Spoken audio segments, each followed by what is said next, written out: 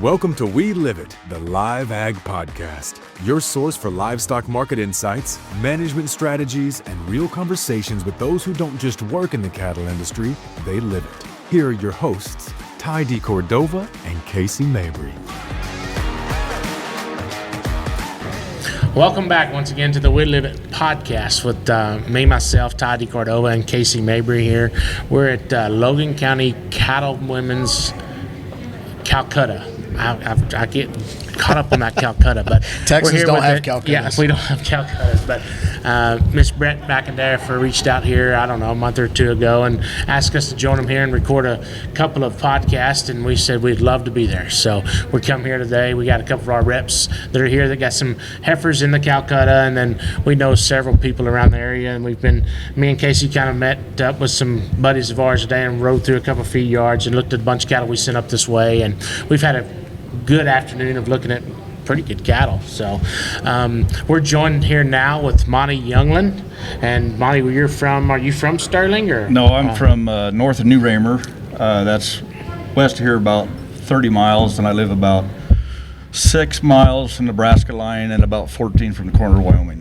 Okay, cool. That's kind of a pretty good spot to ranch, isn't it? Yeah, it used to be till the turbines moved in, but yeah. we're pretty isolated though. So, yeah. yes.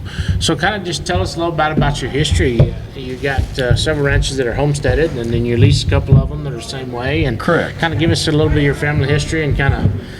Well, Brett said you're a pretty unique individual, and she might have said it a little different way, but that's probably the way I need to say it right now. So. If unique.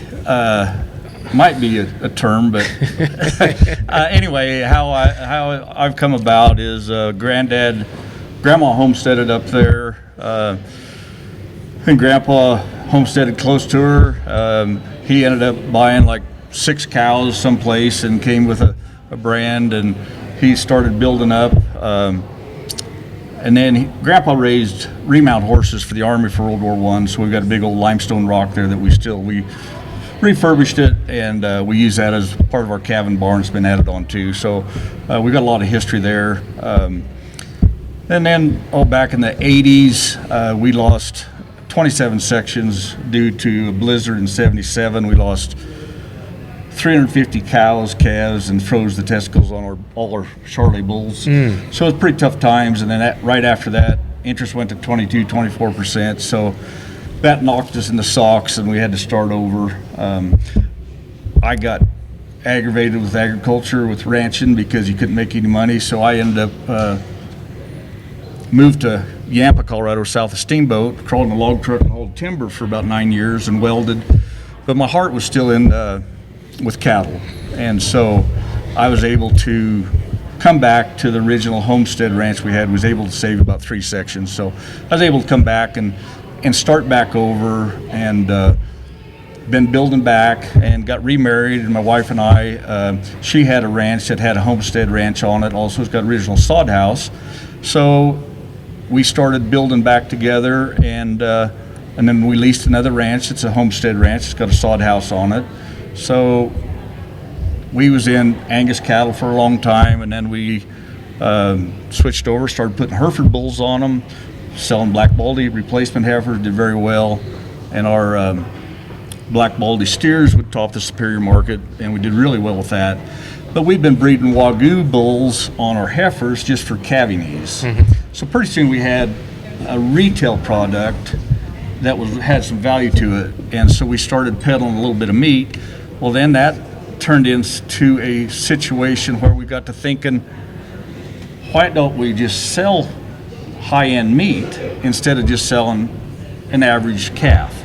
So we took quite a few glasses of whiskey to talk about it, and to sell our good Hereford bulls, because we spent big money on good bulls. Then we switched over completely to the Wagyu bulls and just dove into it deep. We had a gentleman in Sioux Falls, South Dakota, that had a lot of connections around the world.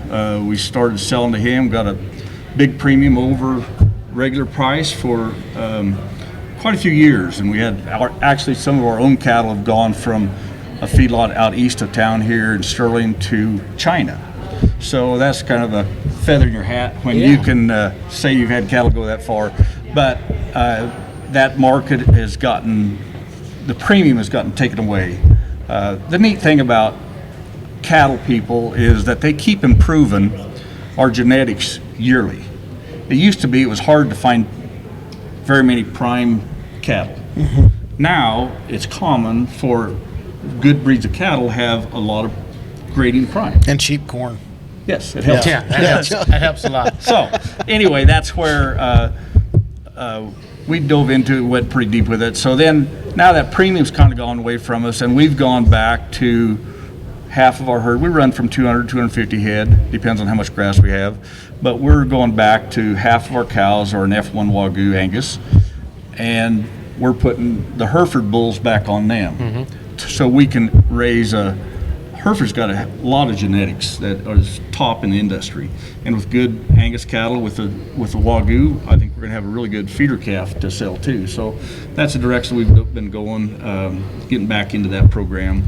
But my wife has a private meat sales deal. It's word of mouth, but she actually ships beef to Hawaii. We take it to Texas. It goes all over the kind of United States. So that's a niche market that. Every rancher needs some kind of a niche market because it's hard to make a living just on your cows. Yeah. You got to have something else to help you. You know, most of the people have a wife that's a school teacher or something like that. My wife works with me. We've got a backhoe business. We put in a lot of stock tanks and water systems all over the country, travel a lot. So that business really helps us too. So we can spend a little bit more money on our cattle and our bulls and have higher end cattle to work with. So that's been a blessing to have your wife be able to work with you. So it's been it's a tough business to be in, I'll guarantee you, but the reward is. I was going to say that it's unique that I'm going to go back to one of the first things you said when we started talking, and it's unique because right before this we had Casey Lapisotis on here, and we were talking about the vibrancy and the excitement around the young people wanting to get in this industry. And I told Ty before this that, a decade ago, everybody was telling their kids to go do something else. Correct. You started your career off going to do something else.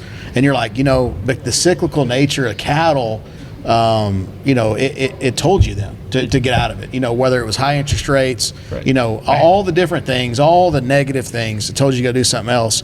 But then the love for the business brought you back, right? Yes. And then now you're going, you know what? We're going to try to figure out how to make this thing go so I can live the lifestyle that you're in. And I tell you what, I think it's remarkable. And like what you guys have done, and like we're talking about the versatility of it. So Wagyu program, you jump on the front end of that deal, you get to sell cattle at big premiums. Now you're starting to see a saturation of that. Everybody's got it, and you're going to kind of start to pivot somewhere else. So it's interesting. I think it's probably, you talked about I'm going to say it crudely, the nuts getting knocked off of your Charolais bulls. Yep. You're trying to make sure that doesn't happen to you, right? Oh, yes. Well, the difference today is everybody, back then in the 70s, if there was a blizzard coming, you knew it the day before. Yeah. Our ranch has windbreaks half as tall as this gym floor in here. Yeah. Because we're southeast. Because it's happened to you before. Oh, yes. So now we build systems to protect ourselves. But now we have technology. Everybody's got a cell phone. You know when a blizzard's coming. Back then we didn't know. Didn't know. We was big enough. We had 2 airplanes. We was big operators. We farmed about 1,000 acres. We had 600-800 head of cows. We had 1,000 head of Holstein heifers replacements that we built back up. So it was a big operation. But then you get caught with your pants down, and all of a sudden your net worth the next year is half of what you started with the year before. You're broke. You're broke. And I've been broke a couple times. Yeah. I've had to sell out, but I've never had to lose my ranch. But I've always been able to come back and dig back in. I've had people tell me, Monty, you're too old to go back into this business again. No, I'm not. If your heart's there, you can do it. Well, you find purpose in it, and it keeps you going, right? So, the interesting things you talk about. I'm in the risk management business. So Blue Reef Agri-Marketing is what I do, and I help producers understand risk from a price protection standpoint. And 4 years ago, everybody felt like they needed risk management because the market was terrible, right? And all of a sudden, the market's awesome, and everybody's made all this equity and they've made all this money, and now it's like going, man, everybody's on cloud nine.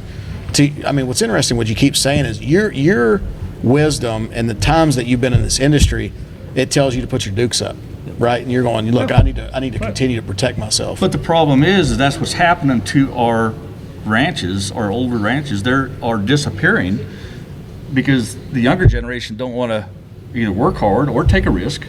They'd rather sell the land and take the money for it. Yeah. Rather than taking a risk of making a living doing it. Moving livestock isn't just about getting animals from point A to point B. It's about doing it with the care and precision that keeps your investment safe and sound. Since 1987, Agar Transportation has been the name that ranchers across the country trust with their herds. Their experienced drivers understand that your livestock is your livelihood, and they treat each load like it's their own. I've personally used Agar to move my own livestock and can tell you nobody takes better care of your animals on the road. Whether you're moving herd bulls or a full truckload of calves, give Agar Transportation a call today. That's 208-452-5011.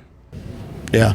If we inject that knowledge, and like guys like you probably work with kids too, but I think that if that generation and those people want to exit the business, the neat thing is somebody's right there to step in and buy that place. I hope so, and I hope and that's what I hope. Even like my kids and grandkids that have the opportunity to come back into, and they will, when I'm forced out of it, they will come back in it, but they don't have near the knowledge I do. Mm-hmm. They'll have to learn it. They'll learn a lot of it, but it takes years of experience to know have mistakes and build off of them and go again. Yeah, I think they just need to sit around a campfire and listen to you talk, because you or your forefathers and the same thing that have done it. If you engage them in this business and do that and tell them the stories, that wisdom and all that stuff, I think will really kind of resonate with them. And that's come from elders telling me too. We was talking about that on the way up here, where we was talking about some of the people that you've met and you've sit down and talked with. And you didn't know at the time that you was learning something, but 10 years down the road when you did something, you're like, how did I know to do that? Now I know how. I was learning and I didn't know I was learning. And that's what them sitting around in circles and talking and just sitting down with your kids and going over the do's and the don'ts and the broke times and and the good times and all that. And all that's education that they need. So yeah, just keep feeling that passion, driving that. So it's how you spend your money too, and if you spend it wisely. We don't have a fancy house, we don't have high-end things, we have good equipment, we ride good horses, we keep our vehicles in good shape. They're not brand new, well, some of them aren't, but some of them you have to. But yeah, it's wisely how you spend your money too, in the right direction. Well, it's interesting you said I got a backhoe business that helps me buy good bulls. That's right. Yeah, and I like that. That's the truth. And they always say, the old saying is there's always a prosperous cattle business in the shadow of an oil well or in the shadow of something else, right? That's true. And so that's what's interesting is you do, in all seriousness, you have what other people envy. I promise you. The person that's sitting up in a big house that lives in, I live in Weatherford, Texas, and there's people that live in a 1 acre neighborhood that think they've got them a ranch, and they would much rather, that's why those properties cost so much money, is people would absolutely, they might trade places with you for a day. Maybe. Until they went out there and got that backhoe, and you can look at his hands, you can tell that. I'm sitting there looking at his head. They've been used. They tell a story. These touch a keyboard. Yeah, they tell a story. No, that's hard work is good for everybody. But anyway, I just fortunate to be surrounded with quality people. I've got people that are a lot younger than me, that are a lot smarter than me. I learned from them. Britt's dad, Brett McEndeavor, cattle feeder. He gives me a lot of knowledge about cattle and feeding and stuff. And you pay attention to those kind of people. Yeah. Cassie said it earlier. You surround yourself with good, like-minded people that can help you grow. Correct. So you got to surround yourself. Your circle matters. Yes, who you have in your circle. Oh yeah. It kind of defines who you are, because that you just got to have a good circle. Yeah. So, yeah. What's kind of the coolest thing that's on the homestead? You mentioned this limestone barn, and I'm just picturing this in my head. That's got to be pretty cool. It is. It's a pretty neat rock barn.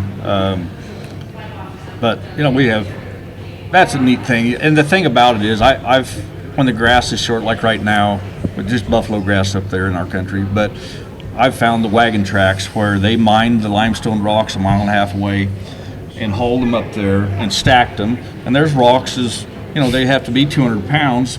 But back then there was no hydraulics. It was all handwork and a pick. They couldn't call Morton to come out there and lift them a building up. Yeah. They picked these rocks up, carried them up, stacked it.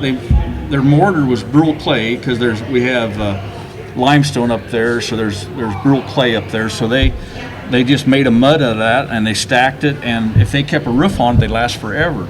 But you think about the hard work those people did to make a living. Today we can't even think of that. No. Not that kind of work. Yeah. So that's a real impressive thing for me to have a structure like that. We have it used to be a family party. I've got 6 sisters and a brother. Dad wasn't Catholic. He just wanted a lot of help. Yeah, I understand. But we have a family party. Now it's a ranch party for all the neighbors. Yeah. We get 150 people or 775. We do a big cook, and we feed in that rock barn. And people enjoy being in there. When it's 4th of July and it's 100 degrees outside because it's nice and cool in there. And cool. Yeah.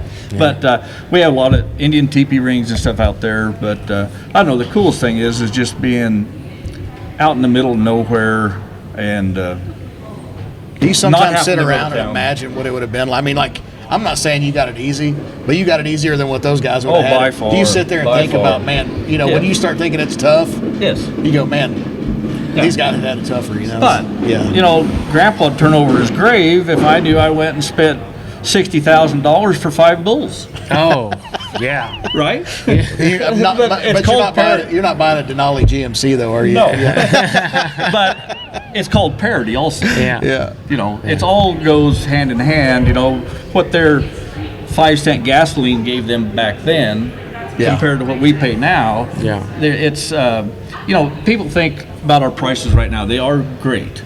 And we did a LRP and locked in our yearlings for this September. It's a huge amount of money, more than I expected. It's cool.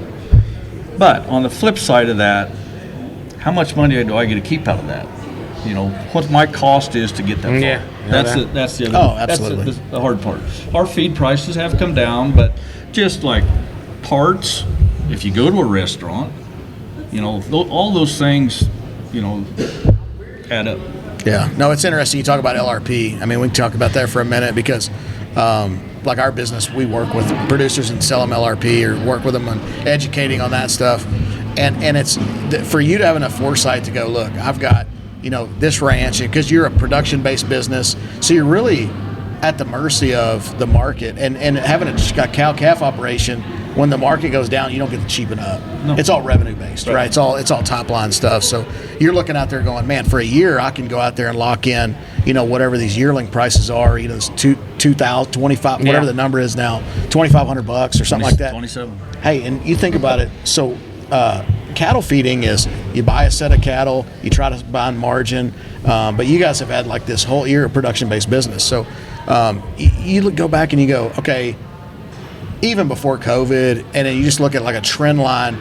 I mean, a calf's worth, $800, $900 to $1,000, $1,100, $1,200, and now you're talking about these things being worth $2,000. Yes. I mean, it's you're doubling or tripling the revenue, and you didn't really increase your cost. Now the problem is, this is what I'm concerned with in this industry, is you have enough foresight to go, I'm going to lock that price in. I'm going to do everything I can to control my expenses.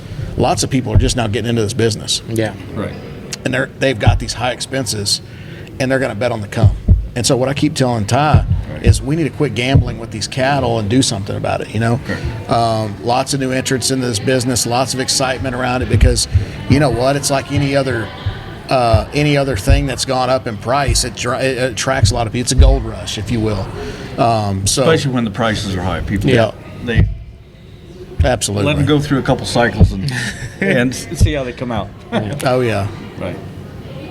But yeah, I'm just Well, just the other night, I told my wife, I said, aren't we blessed to live where we do today and not have a different mother or father, and we end up having to living in the city or not where we're at? Yeah. You think about that. Oh, Some you're people blessed. aren't blessed to be where they're at. I had to go through Denver the other day, and I was going through my mind. I said, man, these poor people, they don't know any different. Yeah. They don't know what freedom is. They sure don't.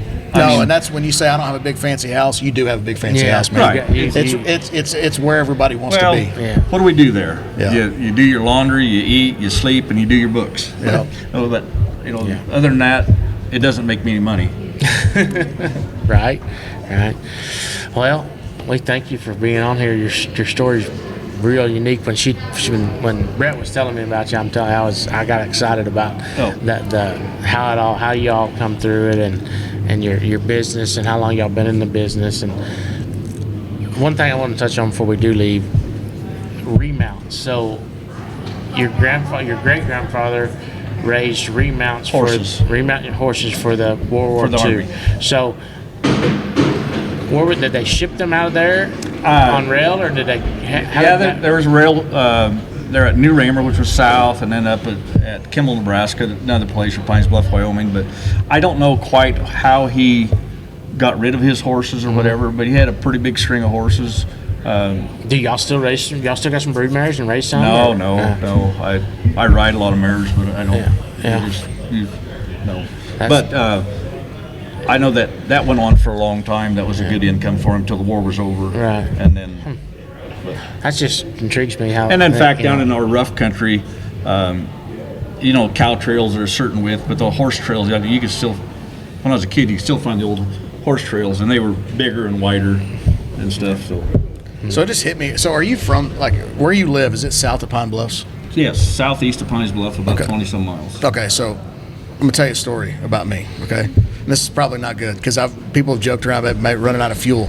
So I worked for Cargill, and I was a cattle buyer in western Nebraska. And I was coming to Sterling, and I was covering quite a bit, going to the plant, going to Fort Morgan, things like that. I left Fort Morgan, and I probably got to about 30 or 40 miles north, and my truck dinged that I was going to be out of fuel. And I'm going to tell you this, Ty. I did not know what the middle of nowhere was until I'm driving, and I was going, oh, man, I could just make it to Pine Bluffs, right? And I'm, driving these back roads, and I get in the middle of nowhere, and I probably drove right through the middle of his ranch. And somehow, again, by the grace of God, I made it into Pine Bluffs, and I was able to go to that Sinclair, right. I think that's there. Yep. And this is 15 years ago. But I'm telling you, dude, how it goes, I was driving a Ford, and it takes you down to where it says 0 miles to empty. It was 0 miles to empty, and then I still got another 3 or 4 miles out of it. Man, I'll tell you, I was puckered up. But I'll bet you would have been. because that is what's interesting about the terrain. Correct. Is it's pretty. It's we're in the plains here, and then you get up into that area, you start getting pretty hilly. Right. We are. Lots of cedars. Just south of Pines Bluff, there is a lot of pines and cedars. Yeah. We're a mile high elevation on our ranch. We've got 2 cross runways on it. It's Mile High Airport is what we have. And it's on the section charts and stuff. But Cool. Oh, that's cool. Yeah. I'm telling you this, dude. Listen to me. Middle of nowhere. I was begging for a gas station. His family would have been doing this stuff before there was cars. You know what I'm saying? They were it's just, as I sit there and just try to have an imagination about that stuff, I almost had first world problems out there at your house. I understand. Well, I appreciate you guys. And I wasn't. My wife asked me, "Are you nervous?" I said, "No." Well, I do. I have a story. Yeah, you do have a story, and you might have sold a whole beef already, and you Well, don't know. I hope so. But you have to deliver it to Texas. But I it can do sounds that. like to me We're you're going going. to come right through there. We're going there. with a freezer trailer. So Yes, I we think are. I'm just going to go ahead and buy a whole beef. Yeah. And No, he's going it's- to come 20 miles from my house. So he's Yeah, just if you gonna guys need any beef, holler at us because he's about to make a trail down there. yeah, he's going to be coming right through us. So No, give us a shout. It's a nice little side market for us to have, is to be able to sell high-end beef to people that appreciate it, and it's affordable too. Yeah. Well, thank you for joining us, Monty. We Thank you, appreciate sir. everything. Thank you both. Yes, sir. Appreciate it.